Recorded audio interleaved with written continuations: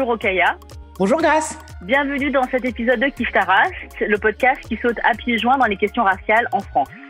Ici, si vous nous suivez, vous le savez, on parle d'arabe, d'asiatique, de blanc, de rome, de noir, tout ça sans aucun complexe. Au moment où nous enregistrons cet épisode, nous sommes encore confinés en région parisienne. Comme vous, peut-être, nous avons passé beaucoup de temps ces dernières semaines devant nos écrans pour nous informer, peut-être même un peu trop, et nous avons malheureusement constaté que le racisme, lui, n'était malheureusement pas en confinement. On vous disait dans notre dernier épisode que la crise sanitaire du Covid-19 avait été révélatrice des inégalités sociales et raciales. Cette crise a été aussi l'occasion de voir les stéréotypes racistes se déployer dans les médias et plus généralement dans l'espace public de manière parfois surprenante. Alors, c'est notre sujet du jour. Aujourd'hui encore, nous ne sommes que entre nous, toutes les deux, Rokhaya et moi. On enregistre depuis nos intérieurs confinés, hélas, sans la possibilité d'avoir un ou une invitée en présentiel. Mais vous allez entendre de nombreuses voix dans cette discussion. Avis à la population lyonnaise. Ceci n'est pas un exercice. Toute personne qui voit un Chinois ou une Chinoise doit immédiatement se présenter nu à la mairie de Lyon. Des militaires en combinaison anti-Tchernobyl vous tremperont dans un tonneau d'eau de Javel. Attendez, 2 secondes, je dois téléphoner. Arrêtez-moi cette réverbe à la con. Allez. Oui, brigadier, oui, il faut, oui, allô, oui, vous m'entendez, oui, Gérard Collomb. Il faut, merde, oui, ben je suis le maire actuel de Lyon. Faut attraper cette chinoise impérativement. Oui, ben écoutez, vous faites ce que vous pouvez, vous la tirez comme vous voulez, vous mettez, je ne sais pas, moi, des nems en ligne sur le trottoir, et au bout, une grande tapette à chinois, et puis, elle ne doit pas, non, mais écoutez, elle ne doit pas nous échapper. Alors, c'était Nicolas Canteloup sur Europe 1 dans la revue de presse. Donc, c'est assez abominable. Moi, ça me... Ouais, c'est vraiment pénible, en fait. C'est horrible à entendre. Déjà, c'est pas drôle et franchement, c'est dingue, quoi. Donc, du coup, c'est vraiment comme un... Alors, ça, c'était avant le confinement. Ça ouais. Le 24 janvier. Donc, c'était vraiment... le 24 janvier, c'est suite à l'annonce de la quarantaine à Wuhan. Ça s'est passé à ce moment-là. Donc, déjà, il y avait une stigmatisation des Asiatiques. Et l'un des boucs émissaires préférés du Covid-19 sont les Asiatiques. Dans tous les pays occidentaux, les Asiatiques ont été la cible de violences verbales et physiques. Et là, ce qu'on entend de la bouche de Nicolas Canteloup sur une grande radio française, Europe 1 quand même. Il imite Gérard Collomb, le maire de Lyon. Voilà, qui est confronté à un cas de Covid-19 dans sa ville. Ouais. Et sous les traits d'une femme chinoise. Et donc, il lance un appel à attraper cette chinoise comme les gens peuvent, en alignant des nems sur le trottoir. Bref. Donc, c'est tellement offensant. C'est tellement... Et alors, je rappelle que Nicolas Canteloup, il faisait déjà des imitations, comme il dit. Il imite Jean-Vincent Placé, le sénateur d'Europe Écologie Les Verts, avec un fort accent asiatique, alors que Jean-Vincent Placé, je ne sais pas si vous avez déjà entendu parler, il a beau avoir un faciès asiatique, mais il parle français sans accent. Donc, il a grandi en Normandie, donc c'est un peu normal.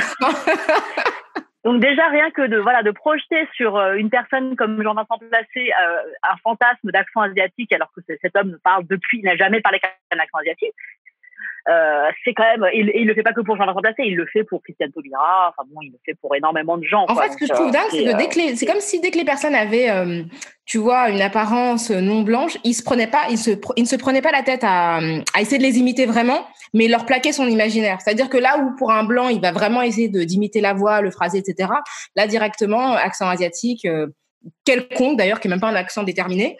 Parce que pour lui, ça suffit, quoi, pour identifier. Ça suffit, ça suffit pour être drôle, en fait. C'est ça que on nous sert dans ces imitations comme Michel Leb à l'époque. Il n'y a pas rien d'asiatique dans ce qu'il fait comme accent ou d'africain, comme il dit. C'est juste raciste. Voilà. Ouais, et dans la même veine, on était toujours au mois de janvier, donc à une époque où on se sentait pas forcément exposé au virus. Donc c'était le 26 janvier. Le courrier Picard a mis en une alerte jaune et a rédigé publié un éditorial qui s'appelait Le péril jaune, point d'interrogation. Ce qui est fou, c'est que vraiment, là, on a ressorti les poncifs qui ont plus d'un siècle sur le péril jaune, sur l'espèce de mal insidieux qui viendrait d'Extrême-Orient, enfin vraiment tout ce racisme en fait colonial qui a été mobilisé tout d'un coup avec un espèce de jeu de mots mais totalement abject et hors de propos. Et finalement, ils ont présenté des excuses. Donc je vais lire les excuses. Ils ont dit donc dans notre esprit et dans son sens premier, il était à prendre au sens coloriométrique, à savoir dans une gradation du jaune au rouge, à l'image des alertes météo. Alors comment dire que vous nous prenez pour des imbéciles? Non mais genre c'est un virus qui vient parce que je veux bien que ça, admettons que pour l'alerte jaune ça passe, supposons que ce soit une gradation, mais le péril jaune, je connais pas le péril rouge moi. J'ai jamais entendu parler d'un péril rouge ou d'une gradation dans les périls. Non, mais tu sais, c'est dans cette catégorie quand les excuses sont pires que le ouais. Tu vois, je te fais des excuses et là, en fait, tu vois vraiment que je suis raciste. C'est ça, genre, ah bon, c'est un rapport avec le... Non, c'est pas du tout raciste, c'est juste que, vous voyez, dans les alertes, ça va du jaune jusqu'au rouge et ça n'a aucun rapport. Tu m'as mal compris, en fait. C'est de ta faute. Tu vois du mal partout. C'est terrifiant. Et je crois que, ouais, effectivement, les Asiatiques n'ont pas été en reste. Il y a d'autres choses qui se sont produites en grâce. Ouais, il y a eu énormément de choses de témoignages de personnes sur Twitter, sur des réseaux, qui ont fait part des violences, que ce soit des regards, ou que ce soit des mots, ou que ce soit même des fois des gestes. Il y a des gens qui ont été poussés hors de rames de métro. Enfin voilà, ça c'est quand même, ça s'est constaté sur les réseaux. Moi, je connais personne dans mon entourage qui n'a pas eu une histoire comme ça ou entendu une histoire comme ça. Donc c'était vraiment quelque chose de très présent. Et ensuite, pendant le confinement, ça s'est un peu dégradé encore. Parce que oui, et puis il y a eu, juste avant que tu reprennes pendant le confinement, c'est-à-dire qu'il y a des gens qui ont été agressés physiquement parce qu'il y avait tout un climat de suspicion extrêmement raciste à l'égard des personnes d'origine asiatique, mais il y a aussi des blagues, comme Nicolas Bedos. Enfin, tu vois, il y avait une espèce... Ah oui, Nicolas Bedos, j'ai oublié ça. Comment l'oublier? Avec sa story Insta où effectivement, il a filmé des personnes d'origine asiatique. On en avait parlé dans le Kiff Saras avec le crossover qu'on a fait avec nos amis du Chip, et il les a filmés à leur insu, en fait, en faisant des blagues sur le coronavirus. Donc, voilà, ils étaient dans une piscine, je crois, il les a filmés de loin, et à visage découvert. Voilà, donc il y avait quand même ce climat-là qui était déjà présent. Complètement. On s'autorise à dire des choses pour les personnes asiatiques parce que le virus permet de faire du racisme sur ces gens-là. Et donc pendant le confinement, il y a eu cette affaire BFM TV, et donc ils enterrent des Pokémon. Ça s'est passé le samedi 4 avril pendant une cérémonie funéraire en Chine en hommage aux morts du Covid-19. Ils enterrent des Pokémon. Voilà, vous entendez ces sirènes qui ont résonné. Ah là, ça a été un choc vraiment très fort dans les communautés asiatiques en France et d'ailleurs aussi en Chine, parce que on en a parlé. Déjà le fait que lors d'une cérémonie funéraire, on est là pour rendre hommage à la mémoire des personnes qui ont disparu, parfois dans des circonstances de souffrance, parce que c'est quand même quelque chose parce qu'il y a un virus dont on parle, et de se permettre de les comparer à des Pokémon, qui sont donc, si vous ne connaissez pas les Pokémon, ce sont des personnages de manga, des personnages animaliers, de jeux vidéo, de manga, voilà. Japonais surtout, c'est un autre pays quand japonais, même. Voilà, et c'est japonais. Donc tout ce que cette personne a pensé en voyant ces personnes mortes, c'est se dire on dirait des Pokémon. Donc déjà c'est raciste, c'est inapproprié, ça c'est sûr. Et donc Emmanuel Le Chypre, le journaliste, a présenté des excuses un peu plus tard, donc ce qu'ils appellent des excuses, mais moi maintenant je mets des guillemets à tout ça parce que c'était pas des excuses dans le sens premier. Donc il dit c'était totalement inapproprié, j'en suis vraiment désolé, et surtout il s'est défendu d'avoir dit ça avec le micro ouvert en pensant qu'il était fermé. Donc c'était vraiment ça son excuse, c'était qu'il pensait que le technicien avait pas fait son travail. Mais c'est ça en fait ce que je trouve dingue, c'est que il dit pas je suis désolé d'avoir été raciste, et je suis désolé d'avoir été raciste avec des micros ouverts. Tu vois, c'est genre si les micros étaient fermés, ça aurait été OK, mais là je suis désolée que vous m'ayez entendu. Mais c'est ouf en fait de déplacer la question sur le fait que malheureusement sa blague a été entendu, parce que c'est comme si en fait, enfin je sais pas pour qui c'est approprié de faire une blague pendant une cérémonie funéraire et pendant un deuil national. Je trouve ça dingue que la seule chose qui lui soit venue à l'esprit, c'est déshumaniser les gens qui étaient en train d'être enterrés, donc de commémorer leur mort, et de faire une blague sur en plus raciste. Enfin tu vois l'espèce de truc les Pokémon c'est japonais, on s'en fiche, c'est comme si le Japon, la Chine, tout ça c'était la même masse asiatique, et puis enfin c'est dingue, et en fait il a jamais reconnu que c'était problématique. Et le fait qu'il le chuchote, ça veut aussi dire que déjà en le disant à ses collègues, j'imagine qu'il parle à ses collègues d'à côté, tout ça, il sait qu'il y a un truc qui va pas avec ça. Sinon il le dirait peut-être à voix haute. S'il pensait que les micros étaient fermés, il n'aurait pas eu à chuchoter. Et de se dire que peut-être que c'est quelque chose qui circule de manière assez habituelle autour de cette personne-là qui le dit de manière peut-être régulière, de faire des blagues sur voilà, les minorités, enfin que sais-je, je ne suis pas dans ces petits papiers, mais voilà, on a l'impression que son public lui était acquis en fait, et donc là on l'a chopé, mais habituellement il fait ça tranquillement quoi. Donc c'est ça qui est incroyable de voir cette mentalité faire surface au grand jour, et de s'en défendre en disant d'habitude on le fait, personne nous dit rien parce que on a les micros éteints. Bon là, ok, d'accord. Mais bon, voilà. Mais c'est ça que moi je trouve offensant pour ses collègues, tu vois. Tu te dis que si le mec se permet de faire ça devant toi en pensant que c'est drôle, ça veut dire qu'il estime que tu penses la même chose, quoi. Et je trouve ça vraiment... moi, ça m'aurait horrifié que quelqu'un s'imagine que je puisse être complice d'une blague aussi dégueulasse, tu vois. Et ça, c'est vraiment abusé. Et donc, ces propos racistes, ils ont quand même propagé la haine pour les personnes, à l'encontre des personnes asiatiques, presque plus rapidement que le virus, parce que il y a eu ces propos. Et il y a aussi eu autre chose qui a été mise en lumière, c'est l'utilisation d'iconographie de personnes asiatiques avec des masques pour illustrer des articles sur le Covid-19. Et ça a été assez répandu, parce que toutes les publications, enfin tous les médias ont fait leur propre dossier sur le coronavirus, sur le Covid-19, sur la crise sanitaire, etc. Et alors ça s'est passé aux États-Unis, mais je pense que on peut pas parler de la même chose en France. Plusieurs médias, dont le New York Times, donc on parle pas de petits médias obscurs locaux, ont été critiqués pour avoir et d'ailleurs ils ont modifié les images, les illustrations qu'ils avaient utilisées pour couvrir des infos. Donc c'était pour le cas du New York Times d'une femme qui aurait contracté le Covid en Iran. Et ils ont utilisé une photo de personnes à Chinatown, à Flushing, dans le Queens, un quartier asiatique de New York, qui n'a donc évidemment rien à voir avec la soupe de chou.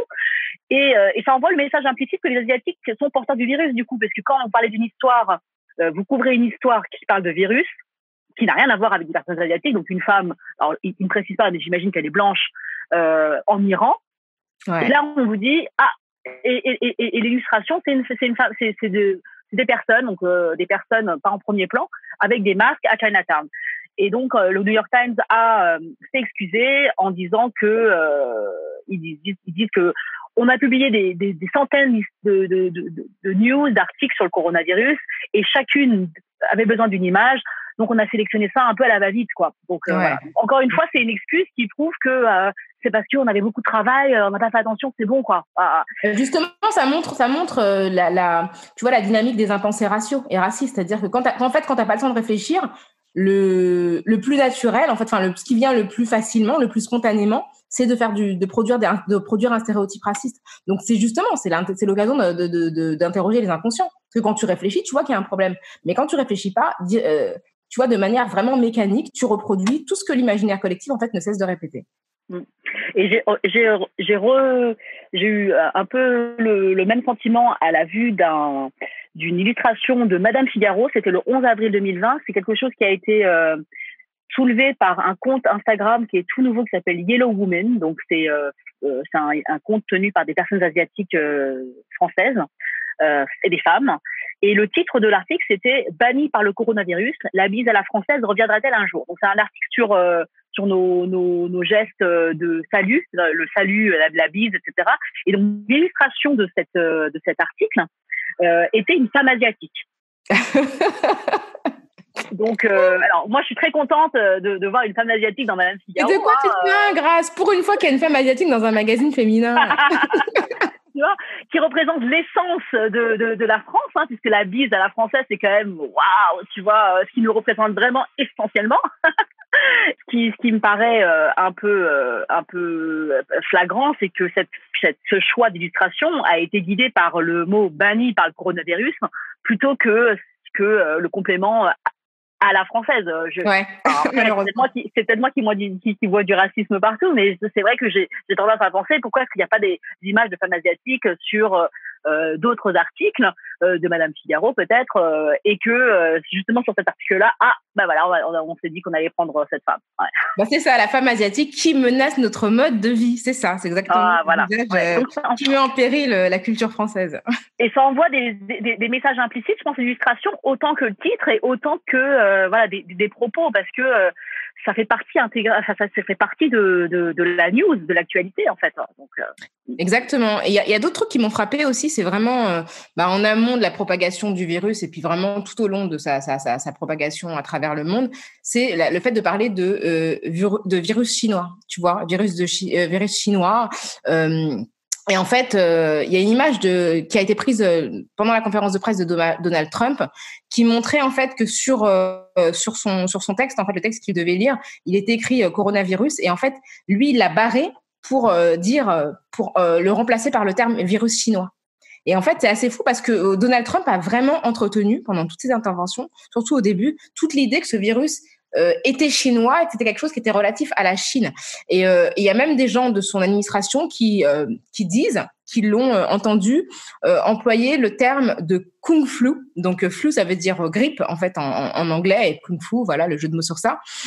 Et en fait, c'est Yamiche Alcindor qui citait sa collègue de CBS News qui s'appelle Weijia Jiang, qui dit avoir entendu en fait une personne de l'administration de Trump employer le mot kung flu. Donc apparemment, c'était une blague qui tournait en fait dans leur cercle. Et Donald Trump, quand on lui a posé la question, il a botté en touche. Mais je trouve ça incroyable en fait. Je sais pas comment tu l'as reçu. Moi, encore une fois, comme ce qu'on disait tout à l'heure par rapport à l'iconographie, par rapport au choix des éditos, c'est que ça révèle une certaine volonté ou une paresse d'associer le Covid-19 avec la Chine. Et il y a un agenda dans tout ça. C'est-à-dire que parce que l'OMS, par exemple, l'Organisation mondiale de la santé, préconise depuis 2005 de ne pas associer justement des apparitions de virus, de maladies avec ni une nationalité, ni une région géographique particulière, ni un nom de personne qui l'aurait découverte ou des animaux, etc. C'est pour ça que par exemple des termes neutres comme Covid-19, donc qui a été créé pour désigner le coronavirus qui a commencé à Wuhan, ou bien le H1N1 pour la grippe A qui a fait rage en 2009, notamment aux USA, et qui était en provenance du Mexique selon Wikipédia, ou H5N1 qui a été avant appelée la grippe aviaire et qui a fait rage en Asie en 2010. Et pourquoi est-ce que du coup, à l'encontre des préconisations de l'OMS ou même de bon sens, c'est-à-dire que un virus, moi je fais vraiment une distinction entre le lieu d'apparition d'un virus.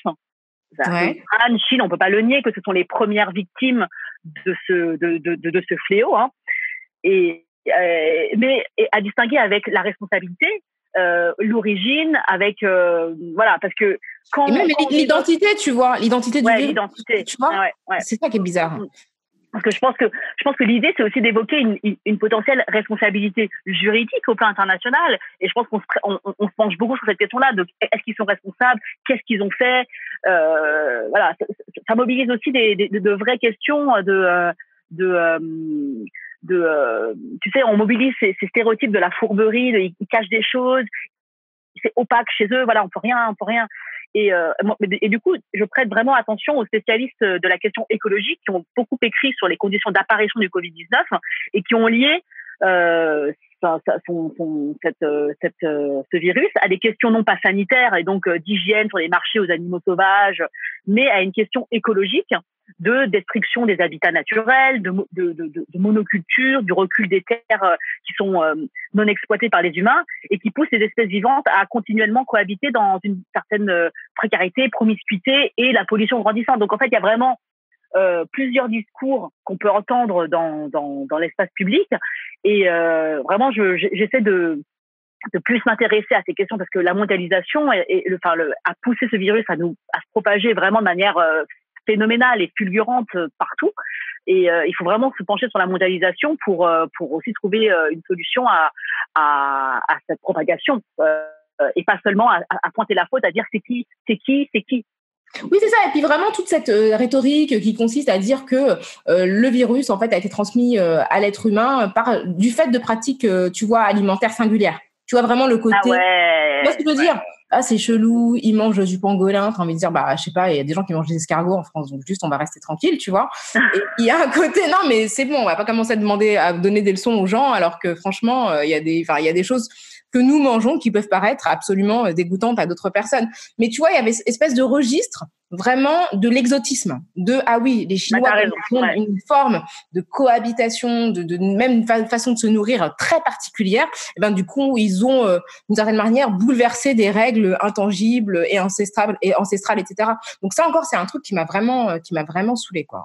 Mais t'as complètement raison, parce qu'il y a énormément de blagues, hein, tu vois, en mode je dis ça, je dis rien, mais quand même en Chine, il y a eu énormément d'épidémies depuis. Ouais, enfin bon, c'est-à-dire qu'il faut reprendre les choses de manière factuelle et scientifique, et je pense que bon, ça, les personnes qui font ce métier-là sont plus à même de le dire que moi, mais de dire que bah c'est un grand pays.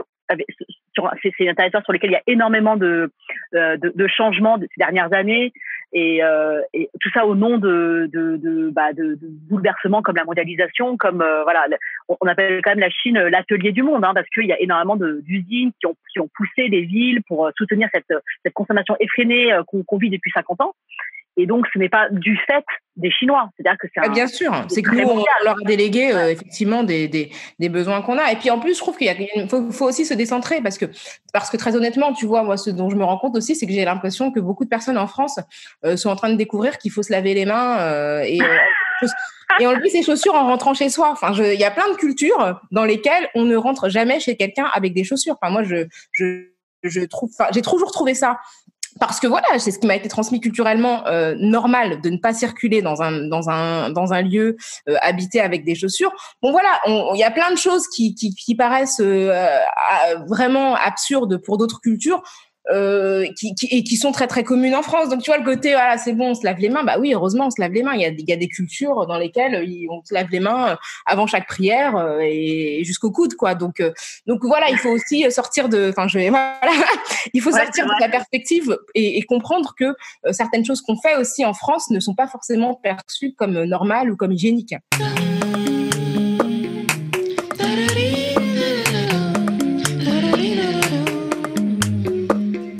Alors évidemment, on parle de cette manière dont il y a tout un implicite qui s'est développé autour des Chinois. Il y a un son que je voulais te faire écouter aussi que je trouve particulièrement parlant. Vous êtes directeur de l'école de guerre économique, Christian Arbulot. Merci d'être avec nous ce matin. Je suis très content parce que j'ai lu votre travail formidable sur la Chine. La construction laborieuse du storytelling chinois. Ça veut dire quoi? Ça veut dire que les Chinois veulent faire oublier le côté pyromane et montrer l'image du pompier. C'est cela? Manipulation d'informations? Alors, je pense qu'on en a assez entendu. Le mec dont le boulot est quand même d'anticiper la guerre économique, c'était sur RMC le 16 avril dans l'émission de Jean-Jacques Bourdin, c'est lui qu'on a entendu. Moi, ce qui me pose problème, c'est cette rhétorique en fait qui consiste à dire les Chinois pour parler du gouvernement chinois et des autorités chinoises. En fait, j'ai un vrai problème parce que c'est un gouvernement, c'est une entité qui représente effectivement la population chinoise voilà, de manière politique, mais c'est pas les Chinois. Là, à l'instant, on a parlé de Donald Trump.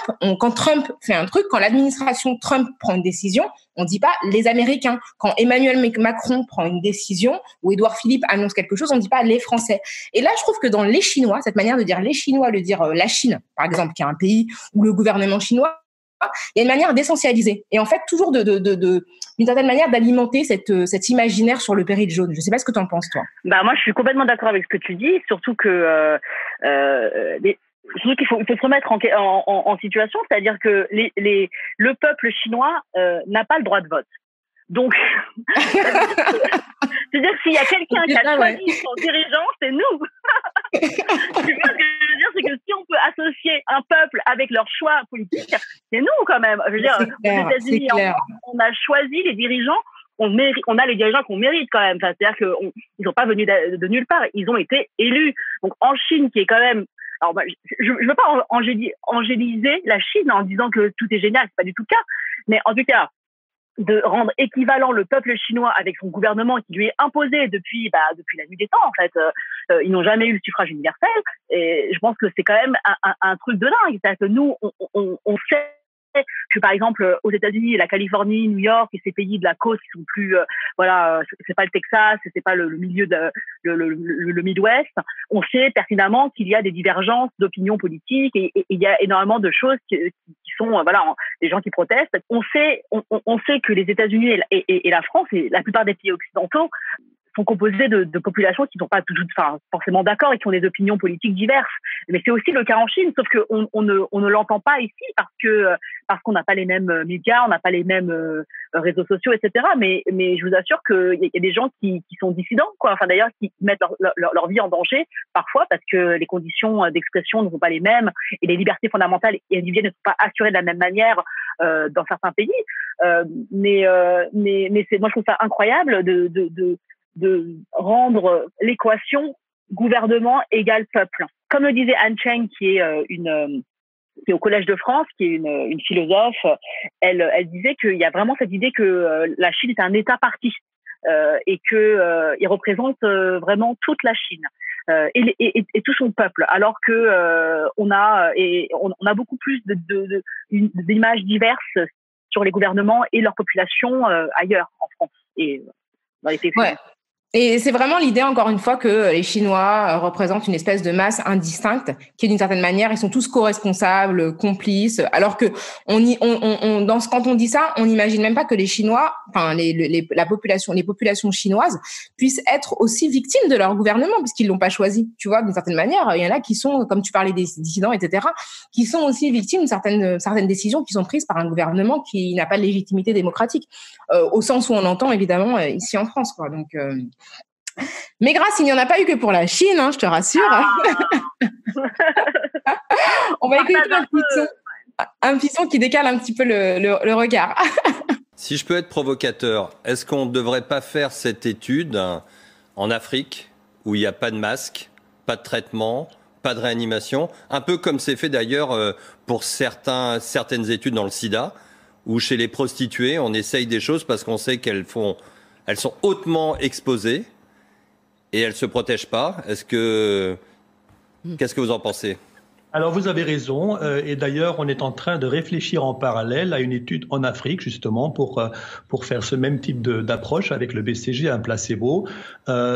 Et donc, on espère quand même d'avoir des chiffres suffisamment importants pour avoir une valeur statistique. C'était sur LCI le 2 avril dernier, et donc les deux personnes qui s'exprimaient, c'était c'était Jean-Paul Mira et Camille Locht, respectivement directeur de recherche à l'INSERM et chef de la réanimation de l'hôpital Cochin de Paris. Alors moi, ce qui m'a frappé, c'est vraiment la désinvolture dans la discussion. Vraiment cette manière de parler, parce que de parler comme si on parlait d'un sujet extrêmement léger. Parce que effectivement, ça a choqué que ces médecins évoquent la possibilité d'effectuer des tests en Afrique. Moi, je pense que c'est important que le continent africain puisse bénéficier de tests comme tous les autres pays, mais il faut que ce soit de sa propre volonté, d'une part, et pas pour les raisons qui ont été évoquées, parce que là, il y avait vraiment un côté oui, en Afrique, il n'y a pas de masque, il n'y a pas de traitement, il n'y a pas de réanimation, donc perdu pour perdu, autant y aller. Et derrière, tu vois, il y a vraiment un côté, les Africains, ils en sont, on peut faire des tests. C'est pas comme si quelqu'un allait remarquer qu'il va se passer quelque chose de pire que ce qui se passe habituellement, tu vois. Et l'autre truc, c'est qu'en plus, ils parlent des prostituées. Donc les prostituées, pareil, on a déjà fait des tests sur le sida sur les prostituées. Donc c'est toujours cette idée de corps qui sont des corps d'importance secondaire, qui vont être le support d'une réflexion qui va bénéficier à des corps prioritaires, donc qui sont nos corps. Les corps, en tout cas moi je sais plus d'ailleurs où je suis, est-ce que je suis du côté africain ou du côté occidental, je ne sais pas. En tout cas les corps occidentaux qui eux sont dignes en fait d'intérêt et peut-être de respect. Et vraiment j'étais hyper choquée par le ton. Vraiment le ton, si je peux être provocateur. Après ils ont présenté des excuses en disant que évidemment il n'y avait pas d'intention malveillante, etc. Mais le fait que le mec dise si je peux être provocateur pour commencer signifie pour moi qu'il savait très très clairement qu'il allait dire quelque chose de problématique. Tu vois? Ah bah non, mais si une phrase qui commence par si je peux être provocateur par un médecin, Écoute-moi, ça peut pas bien se terminer, hein. C'est clair, c'est comme... Ouais, je suis pas raciste, mais... Non, mais attends, et encore une fois, tu vois, là, on place toujours le curseur sur l'intention. C'était pas notre intention de dire de quoi que ce soit, mais en fait, là, quand tu mets 2 médecins sur une chaîne d'infos, parce que c'est quand même LCI, donc c'est pas non plus, tu vois, un obscur canard, quoi, et qui font des hypothèses qui commencent par, si je peux être provocateur, et ça envoie un message, ça vend le message que y a un terrain là-bas qui peut être un terrain de test, on va faire ce qu'on veut là-bas. Enfin, voilà. Il y a pas de place pour la provocation quand même dans ce genre de discussion à la télé pendant une crise sanitaire. Il faut aussi replacer les choses dans leur contexte, quoi. Absolument, absolument. Et vraiment, ça a fait un tollé qui, pour moi, est justifié. L'INSERM a essayé d'expliquer qu'il s'agissait, que c'était pas raciste, qu'il parlait d'utiliser les tests sur le BCG pour la recherche contre le coronavirus. Mais encore une fois, moi, je trouve qu'il y a vraiment l'idée qu'il y a des corps dont on peut disposer parce que ce sont des corps de valeur moindre qui sont déjà exposés à des risques au quotidien. Et vraiment, il y a une dimension à la fois raciale, raciste, avec toute l'histoire coloniale du continent africain. Et là, je renvoie à un texte super intéressant qui a été publié par Mame Fatou Niang sur Slate, qui raconte cette histoire-là. Et puis aussi la dimension sexiste par rapport au corps des femmes prostituées qui, elles, sont considérées comme des corps, effectivement, enfin, je sais pas, des corps de moindre valeur. Donc là, il y avait un problème. Il y a une autre question aussi que j'ai trouvée intéressante dans le cadre du confinement, c'est le renversement de la question migratoire. C'est pas un renversement total, mais c'est vrai que quand on voit la manière dont, dès que l'annonce du confinement a été prononcée, de nombreuses personnes se sont déplacées sur le territoire, y compris sur le territoire national, notamment 17% des Franciliens qui sont allés, donc ça fait 1 million et 1,2 million de personnes qui sont allées en dehors de l'Île-de-France pour se réfugier, pour se poser dans des espaces plus accueillants probablement. Ça montre que quand on est en danger, en fait, quand on se sent en danger, quand on se sent vulnérable, on a envie de migrer et on a envie de bouger. Et ça montre pour moi vraiment que la question migratoire, on dit toujours les migrants, ils bougent, on ne sait pas pourquoi, que nous, juste à l'évocation d'un virus, on part à la campagne, ça veut dire que c'est important de pouvoir migrer. Et ce que j'ai trouvé aussi intéressant, c'est tous les papiers sur les Français qui étaient bloqués à l'étranger, qui ont parlé de leur détresse face à un comportement hostile auquel ils ont été confrontés, notamment. Il y avait un papier... sur LCI qui s'appelait coronavirus, sur LCI, le site de LCI qui s'appelait coronavirus, 70 000 Français toujours bloqués à l'étranger. Et donc, il y avait un témoin qui disait, les gens commencent un peu à nous regarder de travers, on sent que l'ambiance est en train de changer. Et il a ajouté, on nous appelle Corona. Et donc, lui, il était, c'est pas drôle. Bon, déjà, c'est pas drôle de se faire appeler Corona, ça j'en souviens. C'est clair. Mais c'est encore plus dur pour quelqu'un qui a jamais eu de surnom avant. Hein, c'est ça, pour quelqu'un qui est privilégié, qui a jamais connu la stigmatisation, d'un coup ils se disent mais pourquoi on nous regarde de travers et on les met de côté, tu vois. Il me semble que c'était en Inde, je suis pas certaine, mais il me semble que c'était en Inde. Mais en fait, c'est fou parce qu'ils réalisent ce qui est la condition de plein de migrants et qui se déplacent pas dans des conditions aussi confortables que eux qui étaient des touristes, tu vois. Et toi, t'as noté un autre truc au Pérou, je crois. Ouais, il y a un autre article par rapport au Pérou. Donc, il y a quelqu'un, un Français qui dit qu'il regrette. Nous sommes complètement rejetés par les locaux tels dit pestiférés. Donc, c'est un article du Figaro qui titre Français bloqués à l'étranger, nous sommes rejetés par les locaux. Donc et là là il parle pas que du Pérou, il y a aussi le Cambodge. Mais j'ai envie de leur dire mais tu sais comme dans cette pub là avec Nicole Kidman, what did you expect? Tu vois, c'est depuis le 23 janvier, il y a à Wuhan une région où il y a 50 millions de personnes qui sont en quarantaine. Donc quand on fait un tour du monde ou qu'on fait un voyage d'un mois en sac à dos en Asie, on peut pas s'attendre à être reçus comme des rois. Hein. Ils ont l'air de tomber des nues en se disant mais je comprends pas, on m'avait dit qu'ils étaient accueillants et pacifiques. Et là du coup ils veulent pas. Ben oui, parce que en fait c'est ni le moment ni le enfin et on peut pas être accueillis en grande pompe et s'attendre à ce que les gens nous accueillent comme des sauveurs parce que là il y a rien de comme des messies. Et puis il y a eu d'autres trucs. Excuse-moi, il y a eu d'autres cas. Il y a eu des expulsions d'Italiens, de Mauritanie et de Tunisie.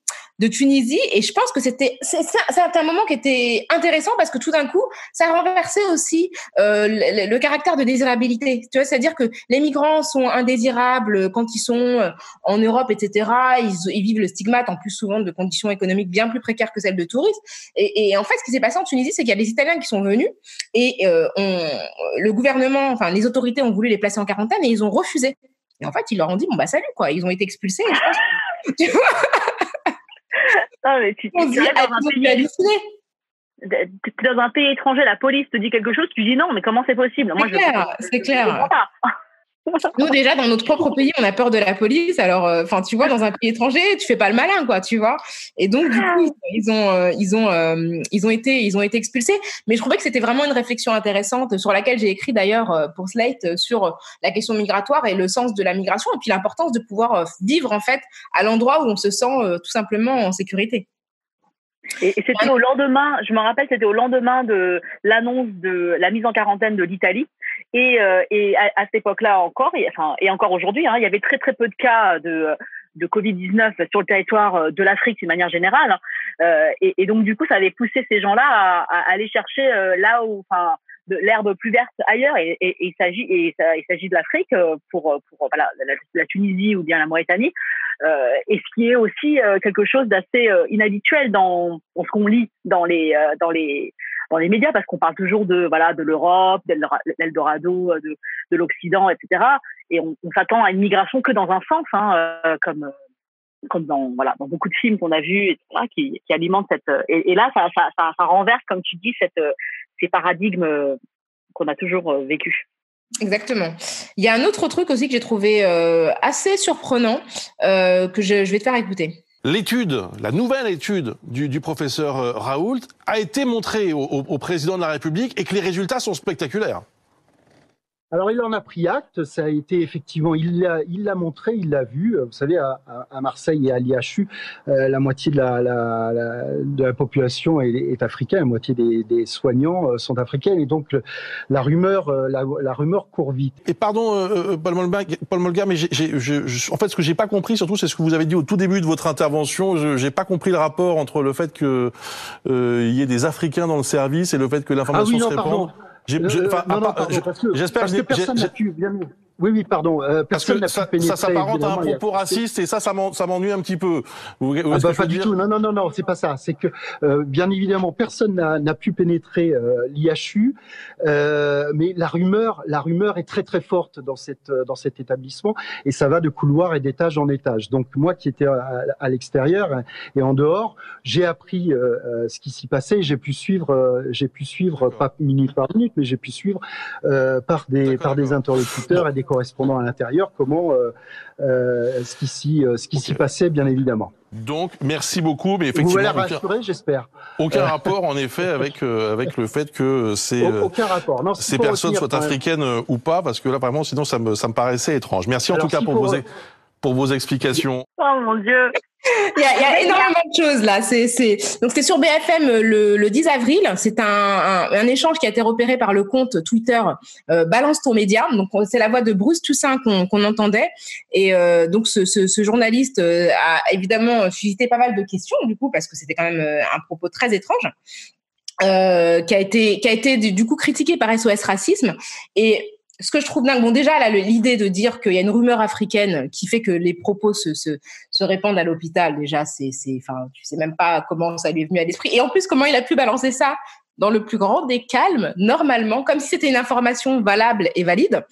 Et en fait, SOS Racisme a tweeté pour évidemment témoigner de leur indignation, et le journaliste a répondu: je vous présente mes excuses pour des propos qui ont pu vous blesser, mais qui relatent la réalité de la circulation des rumeurs à l'IHU. J'utilisais cette image telle que définie par Larousse du tam-tam, tambour de bois africain, servant à la transmission des messages. 3 petits points. Alors... Non, mais s'il te plaît, quoi. Oh je pense qu'il aurait dû se contenter je pense qu'il aurait dû en rester là, en fait, hein, non? De se taire. En fait, il aurait dû se contenter de se taire, mais lui, il est pas mal dans la catégorie des excuses qui sont pires que les propos. C'est clair. Tu vois? Mais quel est le rapport avec le tam-tam? Est-ce que le personnel soignant dispose de tam-tam qui font les informations? Ah, il y a le tam-tam qui résonne, il y a un patient qui arrive. Non, mais attends, tu sais, il y a un code en morse, tu vois, pour... Non, mais et je pense que, tu vois, face à Bruce Toussaint, qui peut-être qu'il ne connaît pas, je sais pas, il s'attendait peut-être à comme, tu sais, une oreille complice, comme disait Aïd Bounoua, c'est-à-dire qu'il parle à quelqu'un, ah, vous savez, c'est comme cette rumeur africaine avec des tam-tams. Et il pense que tout le monde est d'accord avec lui. Non, mais il croit vraiment qu'il va avoir un assentiment général, parce que, évidemment, les tam-tams, c'est quelque chose que les personnes africaines utilisent pour parler. Et vraiment, c'est le gars, il croit que c'était l'apéro, tu vois, il s'est dit, il a oublié, mais en fait, t'es à la télé, frère, tu vois, c'est pas... Donc, non, mais c'est ça, c'est vraiment des barres. Franchement, je sais que c'est très raciste et que mais le fait qu'il soit épinglé en direct et qu'il doive ramer, il est là en train de ramer. Non, on n'est pas du tout d'étage en étage, de service en service. Le mec, il est en train d'essayer c'est mort. Ah, c'est drôle. Ah ouais, vraiment. Et il y a d'autres choses aussi qui m'ont perturbée par rapport à la perception du continent africain. C'est vraiment la manière dont on aborde l'arrivée éventuelle du virus, en tout cas la propagation éventuellement forte du virus sur le continent africain. Alors, je vais te lire plusieurs titres. L'Afrique, bombe à retardement, une catastrophe redoutée. L'Afrique en première ligne, l'évolution dramatique de la pandémie dans un continent mal armé. Ce sont des titres d'articles de Marianne, de RTL, de l'Humanité et de Sud-Ouest pour te montrer que tous les bords politiques sont concernés, évidemment. Enfin, tous les journaux, toutes les tendances sont concernées. Et en fait, moi, ce qui me dérange, c'est que j'ai l'impression que depuis le début de l'épidémie, les yeux sont rivés sur le continent africain et qu'il y a une espèce d'attente malsaine de la catastrophe et du désastre qui est absolument déplacé. C'est-à-dire qu'à ce jour, le continent africain est le continent le moins touché au monde et de très loin. Alors, je ne sais pas ce qui va se passer. Je ne suis pas ni scientifique, ni épidémiologiste, ni à même de savoir ce qui va se passer. Mais j'ai l'impression que, en fait, les gens n'arrivent pas à admettre que le continent africain puisse vivre une situation meilleure que le reste du monde, tu vois. Je trouve ça vraiment bizarre. Et ça rejoint un peu ce que disaient ces deux médecins sur LCI, où ils parlaient de cette étude en Afrique où il n'y a pas de masque, pas de traitement, pas de réanimation, enfin cette espèce de tiers-monde qui est complètement arriéré et au son des tam-tams. En fait, c'est les mêmes images qui sont mobilisées et où ils seraient incapables, si jamais ça se passait, de s'en sortir. Et je trouve qu'il y a les mêmes sons de cloche sur la Chine, mais du côté, c'est un peu différent, mais c'est de la même veine, parce que il y a par exemple énormément de doutes sur les chiffres que produit le gouvernement chinois pour le Covid-19. Ce qui est, je pense, tout à fait légitime de questionner ces chiffres, parce que c'est le terrain où est apparu le Covid-19 et évidemment tous les yeux sont aussi rivés sur ce territoire par rapport à la gestion de la crise. Mais je trouve que la véhémence des doutes, elle est disproportionnée. C'est-à-dire que nous aussi, en France, on a des chiffres qui ne reflètent pas la réalité des conséquences du Covid. Il y a les personnes âgées dans les EHPAD, à domicile, les personnes qui n'ont pas été hospitalisées. On ne connaît pas ces chiffres-là et on sait que donc les chiffres qu'on nous communique ne sont pas exactement la réalité. Mais il y avait un article dans le Figaro du 24 avril, très récent, qui disait « Coronavirus, le grand mensonge chinois ». Donc, encore une fois, l'équation entre la Chine, le peuple et toute cette entité-là. Et ils disent à un moment, un rapide calcul permet de mesurer l'énormité de ce décompte. C'est comme si la France avait un taux de mortalité lié au Covid-19 90 fois supérieur à celui de la Chine. Point d'exclamation. Donc en fait, il y a vraiment... Ouais, l'idée que ça ne peut pas être pire, ça peut pas être... ça peut pas ne pas être pire ailleurs. C'est impensable. C'est impensable que la Chine ait mieux géré la crise que nous en France. Parce que c'est fou. Si barbare, si sale, si non civilisé, tu vois, dans l'esprit, c'est impensable. quoi. Et c'est ça. Et c'est pareil pour le continent africain. En plus, tu vois, c'est-à-dire que on ne salue pas les initiatives. C'est-à-dire qu'il y a plein de gouvernants africains qui ont été extrêmement réactifs. Et l'air de rien, le continent africain a un savoir-faire en matière de gestion d'épidémies que nous n'avons pas en Europe et que n'ont pas les Américains.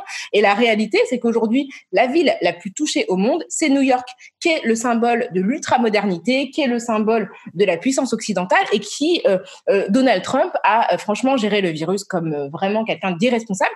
Et on a vu des dirigeants africains qui ont été plus responsables. Je pense, voilà, à plein de pays, le Rwanda, le Sénégal, etc. Et qui même parfois ou le Maroc, qui fait qui fabrique des masques à grande échelle, qui sont à prix abordable, qui sont à 7 centimes, l'équivalent de 7 centimes d'euros. Le Sénégal qui mène des recherches pour des tests rapides avec l'Institut Pasteur de Dakar en collaboration avec l'Institut britannique. Et j'ai envie de renvoyer aussi à cette interview super intéressante qu'a donnée Felwine Sarr, qui est économiste, qui est un brillant intellectuel, un des plus brillants du continent.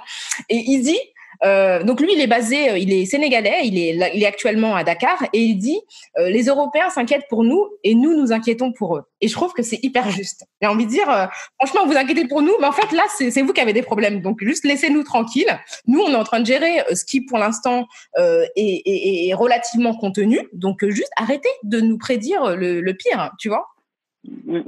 Et j'ai beaucoup aimé cette interview de Felwine Sarr qui est vraiment très intéressante et qui nous montre vraiment beaucoup de choses qu'on n'entend pas ici parce qu'on a toujours ce même récit, ce même storytelling voilà. Et il y a de la même manière sur la Chine les propos du professeur Didier Raoult qui est très décrié, tu vois, et qui, pour plein de raisons, hein, mais moi je vais me focaliser uniquement sur la question de la Chine, parce que Didier Raoult, c'est quelqu'un qui dit beaucoup de bien des travaux faits en Chine sur le Covid-19. Et c'est l'un des seuls, parce que moi j'entends, et je lis beaucoup de choses, des gens qui disent les Chinois ont intérêt à s'ouvrir au monde, à travailler avec les autres pays, à montrer leurs chiffres. En fait, non. En fait, c'est nous qui avons intérêt à travailler avec la Chine, parce que c'est les premiers parce que c'est arrivé chez eux, et qu'aussi, ils sont très avancés, en fait, dans ce domaine scientifique, épidémiologique, je sais pas comment, tous ces mots très savants, là, tu vois, sur ça. Et Didier Raoult a même dit, il le reconnaît que le matériel, les équipements, etc., sont très, très avancés en Chine. Et donc, en fait, on est encore sur cette image très 19e siècle de la Chine, elle est fermée, qu'ils ont à apprendre de nous les Occidentaux, on est plus avancés, expérimentés qu'eux. Alors qu'en fait, c'est pas du tout le cas. Et donc, lui, il est aussi très décrié, ce professeur, parce que je pense qu'il adhère pas à l'espèce de message dominant qui est que on va donner des leçons à la Chine, quoi. Exactement. Et d'ailleurs, il a aussi des liens très très forts avec plusieurs pays d'Afrique francophone et notamment le Sénégal. Et il a tweeté justement sur ses frères médecins africains. Et c'est vrai que du coup, ça infléchit aussi le narratif selon lequel l'Afrique c'est forcément un continent auquel on donne. Je pense que c'est important de se dire que là, je pense qu'on a beaucoup à apprendre de l'Afrique, notamment de sa gestion du virus, que ce soit le Maroc ou d'autres pays. Donc et même du taux de guérison. Hein, quand on voit au Sénégal, le taux de guérison par rapport au virus est beaucoup plus important que celui qui est celui des États-Unis. Donc tout ça montre aussi qu'il faut aussi infléchir le narratif et peut-être percevoir certains pays non pas comme des menaces ou comme des pays assistés, mais comme des pays qui sont potentiellement capables de se protéger, peut-être capables de nous inspirer tout simplement. Ouais. Et quand on essaye un peu de se décentrer de l'Europe, de l'Occident, et on tombe parfois sur des choses qui sont très désagréables. Par exemple, ces images de racisme en Chine envers des personnes noires qui sont abominables et que je condamne avec la plus grande véhémence, quoi. Donc en fait, quand on se décentre, on se rend compte que les relations Chine et pays d'Afrique sont très violents actuellement. En tout cas, cette image-là a été très violente. Ces images de vidéos de témoignages de personnes noires à Guangzhou, qui est donc où il y a le plus de personnes étrangères qui vivent, qui sont résidentes parce que elles travaillent à ce commerce international.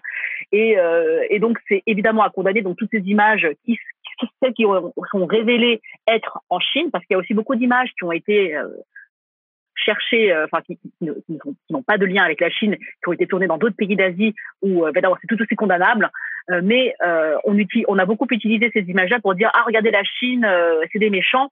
Et évidemment la Chine, le racisme en Chine c'est un fléau. La Chine n'est pas isolée de ce monde, donc elle subit les Chinois et les personnes qui vivent là-bas, noires ou étrangères, peuvent subir de racisme et il va falloir que la Chine s'en empare. Mais c'est vrai que le racisme anti-noir en Chine a été quelque chose de très mobilisé récemment, mais surtout mobilisé pour justifier du racisme envers les personnes asiatiques.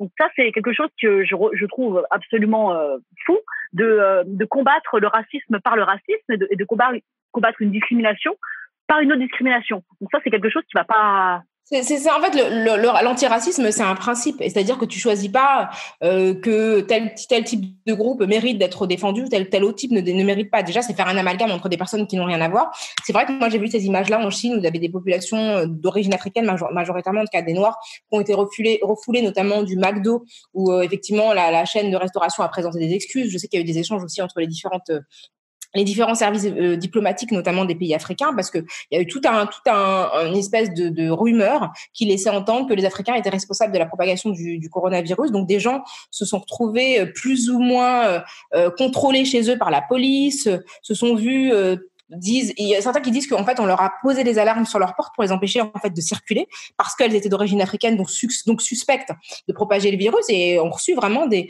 il y a une femme qui dit parce qu'elle a témoigné dans un média international par rapport à la situation de racisme qu'elle a vécue, qu'elle a subi en fait des pressions policières pour simplement lui dire d'arrêter. Donc il y a un vrai problème de racisme, et c'est vrai qu'il y a pas mal de gens qui nous ont interpellés parfois de manière bienveillante. Je dis nous, Kif Taras, parfois de manière bienveillante et parfois en mode alors je suis sûre que vous n'allez pas en parler parce que vous ne faites que dénoncer le racisme des Blancs.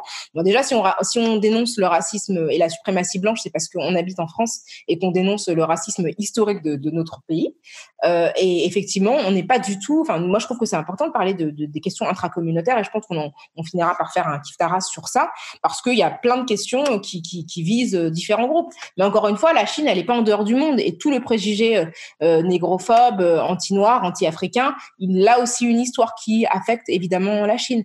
Mais tu vois, c'est pas une raison. Je t'avais envoyé cet échange sur Twitter, Grâce, où je sais plus ce qui s'était passé. Il y avait un truc de racisme anti-asiatique. Et non, c'est pas ça. C'est moi j'avais posté le truc sur le racisme anti-africain en Chine, et quelqu'un m'a répondu ah bah nous on les a défendus et regardez ce qu'ils font. Je me suis dit, ah ouais, d'accord, en fait, ça n'a aucun rapport. Il n'y a aucun lien entre ce qui se passe en Chine et le fait de défendre des personnes asiatiques qui sont victimes de racisme, ici, à cause du coronavirus. Je vois pas le rapport. Et vraiment, le côté, on va arrêter de les défendre parce que voilà, c'est comme ça qu'ils nous remercient, tu vois, c'était vraiment... c'est terrible, parce qu'en plus, il y a cette idée qu'on est chacun pour soi, en fait. Alors que finalement, le racisme, les oppressions d'une manière générale, c'est des fléaux collectifs. Ils sont créés, construits par des sociétés envers des personnes, et c'est pas, on va pas chacun individuellement pouvoir le faire quelque chose seul. Au contraire, il va falloir qu'on travaille ensemble. Et du coup, cette idée de dire les Chinois chez eux, les Africains chez eux, les Blancs chez eux, comme ça, les vaches seront bien gardées. C'est comme ça que le monde doit être. C'est vraiment l'idée qui sous-tend ce genre de choses, de rentrer chez vous. Vous êtes asiatique en France, rentrez chez vous. Vous êtes noir en Chine, rentrez chez vous. Vous êtes asiatique en Afrique, rentrez chez vous. Comme s'il y avait cette idée de, voilà, chacun s'occupe de soi, et puis, alors que non, en fait, vraiment, ce discours-là, il est terrible, et on va travailler, on peut dénoncer ça ensemble. C'est pas le but de Kif Taras de dénoncer le racisme en Chine. Évidemment, on peut en parler parce que ça existe aussi en France. Il y a des personnes asiatiques en France qui ont des préjugés racistes, qui ont des réflexes racistes, des propos racistes, parce que on vit dans cette société qui véhicule ces idées-là, comme on l'a dit, dans tous ces médias. Il y a des images, il y a des titres, il y a des propos à la télé qui alimentent notre racisme culturel, quoi. Donc forcément, voilà. Et puis vraiment la question du principe, pour moi, elle est importante. C'est-à-dire que d'une part, je pense qu'il n'y a aucun rapport entre les personnes qui ont produit du racisme en Chine et les gens qui ont été victimes de racisme en France. Enfin, ce sont deux entités différentes. Mais quand bien même il s'agirait des mêmes personnes, tu vois, à un moment donné, l'antiracisme, c'est un principe. C'est-à-dire que moi, quand les fois où, je sais pas, je me souviens que il y avait eu une de Charlie Hebdo qui avait vraiment dessiné Marine Le Pen de manière hyper sexiste, ça me dérange en fait. Et pour autant, Marine Le Pen me pose problème politiquement, mais c'est pas pour autant que je vais cautionner le fait qu'elle soit victime de sexisme, parce que pour moi il y a énormément de choses à dire sur elle. C'est pas la peine d'aller verser dans une idéologie qui de toutes les façons me heurte en tant que femme et en tant que personne engagée. Donc c'est ça aussi, c'est qu'il faut dire on a des principes, et les principes principe s'applique à tout le monde, tu vois. C'est pas un truc à géométrie variable. Donc, ça veut dire que je vais pas m'excuser auprès de Rokhaya pour ce qui se passe en Chine. Alors, je présente pas mes excuses, Rokhaya. Sinon, ce podcast va s'arrêter. Grâce à la terre d'excuses, une lettre. Sinon, c'est la fin de toute ta race. Parce que c'est dégueulasse ce que tu as fait en Chine. On signe la fin de ce podcast sur le racisme à cause de ce qui s'est passé au McDo en Chine. Et pour terminer, on va aller en banlieue, Grâce. Ah, notre terrain de jeu. Alors, il y a eu récemment, dans le 1er mai, c'était un article dans Paris Match, un article qui était censé être un reportage feel good sur les initiatives pour lutter contre les difficultés économiques conséquences du Covid-19. Et en fait, c'était un flop raciste. Donc, c'est un article dans Paris Match qui s'appelle Covid-19 dans le 9-3, solidarité en bande organisée. Ouais, vous avez bien entendu. Donc, avec ça, vous avez une illustration dans un ascenseur d'un immeuble, peut-être un HLM. Ah non, c'est HLM, c'est marqué sous l'illustration. Dans un HLM des Courtilières à Pantin, une illustration de 3 personnes noires avec des masques et un article avec beaucoup de mots type tchèque sur fond de rap. On n'utilise pas les bons prénoms, on les écorche, on donne des surnoms comme boucher, voilà. Et sur Twitter, il y a eu des discussions suite à cette publication et Nora Hamadi a questionné, la journaliste Nora Hamadi a questionné Bruno Jeudi, qui est rédacteur en chef de Paris Match, et qui s'est défendu. Il a dit « Il y a quelques clichés, je vous le concède, mais lisez l'enquête et vous serez surprise. Le reportage offre une vision très positive de cette solidarité dans les quartiers. » Mais c'est abominable. En fait, l'association, elle s'appelle Pierre de Lune. Elle est basée à Pantin, en Seine-Saint-Denis. Et l'article, franchement, il est super plein de préjugés. Tu vois, comme tu le disais, l'article, il parle en disant un bonjour en guise de tchèque. Et que genre ils emballent les colis sur fond de rap. Et en fait, ce qui est fou, c'est qu'il y a une personne, en fait, un mec qui est engagé dans l'association, un homme qui est engagé dans l'association. Et en fait, ils disent, ils le décrivent comme l'armoire à glace glissée dans un survêtement qui se fait appeler boucher. Et pendant tout l'article, ils appellent cet homme Boucher, c'est-à-dire ce surnom, Boucher l'a gagné sur les terrains de foot où il prétend avoir massacré un bon paquet de ligaments croisés. Et en fait, ce que l'association, donc Pierre de Lune, a écrit un droit de réponse sur Fumigène Magazine, qui est un magazine qui est notamment qui a été créé par Raphaël Yem, qu'on avait reçu ici, et auquel contribue en tant que rédactrice en chef, me semble-t-il, Nora Hamadi, qui a justement interpellé Bruno Jeudi. Et en fait, l'association a noté que les gens de l'association Pierre de Lune, en fait, qui étaient soit racisés, soit de banlieue, étaient complètement déshumanisés, alors que les bobos, ils sont nommés par leur nom, leur prénom. Ils sont nommés bobos dans l'article. Nom, prénom, avec leur CV, avec leurs compétences, etc. Alors que les gens, en fait, des quartiers, ils sont juste réduits à des porteurs de sacs, tu vois. Oui, c'est terrible parce que même quand l'intention, parce que là on parle, c'est encore un truc d'intention, c'est que l'intention c'est de visibiliser, donc de mettre le projecteur sur des initiatives dans le 9-3 pour, ça part d'un bon sentiment encore une fois, enfin peut-être de se dire voilà, on va montrer ce qui se passe là-bas, c'est pas quelque chose de violent, mais même lorsque l'intention elle est là. Le vocabulaire qui est mobilisé, donc raquette, ligaments brisés, ou je sais pas, enfin tous ces vocabulaires qui pensent appartenir à la banlieue, parce que c'est la personne qui a écrit ce texte, elle pense que c'est intrinsèquement des gens qui sont violents, parce que quand elle utilise des mots comme armoire à glace, parce que un gars qui est grand, je veux dire peut-être qu'on pense pas du tout. Enfin moi pour moi c'est des images qui mises bout à bout, c'est pas un mot en particulier, mais c'est mis bout à bout. Tout ce vocabulaire va envoyer un message que voilà, ce qu'ils font là c'est complètement anormal par rapport à leur nature qui est d'être violent, qui est de faire des choses. Là ils disent bien que ce boucher, le boucher entre guillemets, cela ne m'empêche pas de cocher avec application d'un écolier les noms de 80 familles qui, signalés par le bouche à bouche, bénéficient de l'aide. C'est-à-dire qu'en fait, il y a quand même une contradiction entre le fait d'être bouché, d'être grand, d'avoir cassé des ligaments, et d'écrire avec application. Mais non, en fait, on peut être les deux. On peut être grand, fort, avoir fait du foot et aussi être très bon à l'école. Enfin, je veux dire, c'est quoi encore ces oppositions qu'il y a dans la tête des gens. Enfin. Alors ouais, d'ailleurs, cet homme qui se fait appeler Boucher dans l'article, ce que disait l'association, c'est que c'est le surnom qu'on lui donne dans l'intimité, mais en fait, il s'appelle Mohamed. Et je trouve que le fait de dire qu'il écrit avec l'application d'un écolier, c'est vraiment hyper condescendant. Tu vois, pour un homme adulte, c'est comme si c'était difficile, tu vois. Alors que c'est quelqu'un qui quand même gère une grosse association de la ville, et il y avait vraiment quelque chose de le pauvre, il fait des efforts, tu vois, que j'ai trouvé vraiment problématique aussi, quoi. Oh là là, oui, c'est vrai, t'as raison, il y a ce truc ils sont illettrés, et là, vraiment, il est hyper appliqué, hein, ouais, c'est terrible. Donc, il y a vraiment, même quand, il faut vraiment arriver à lire entre les lignes, parce que même quand les titres ou les articles ne sont pas foncièrement, et frontalement, péjoratifs ou bien méprisants, il existe entre les lignes, un sous-texte qui renvoie ces images qu'on nous sert toujours les mêmes, quoi, de cette banlieue ou de ces pays barbares, voilà. Et là, on le retrouve encore une fois dans cet article de Paris Match. Exactement, mais la réponse qui a été adressée par Pierre Delune à Pantin, et je crois qu'il y a une autre organisation qui s'appelle oui, c'est Tête Grelée, ouais. Eh bien, elle est vraiment magistrale. Je trouve qu'elle est vraiment très très bien, et c'est bien aussi de voir que les organisations sont capables de reprendre en main leur narratif, et que même, comme tu le disais, avec une intention qui se voulait bienveillante, on a quand même réussi à créer. En fait, c'est comme si c'était, tu vois, Tintin à Pantin, quoi. Tu vois, c'est vraiment, elle a fait son exploration, tu vois.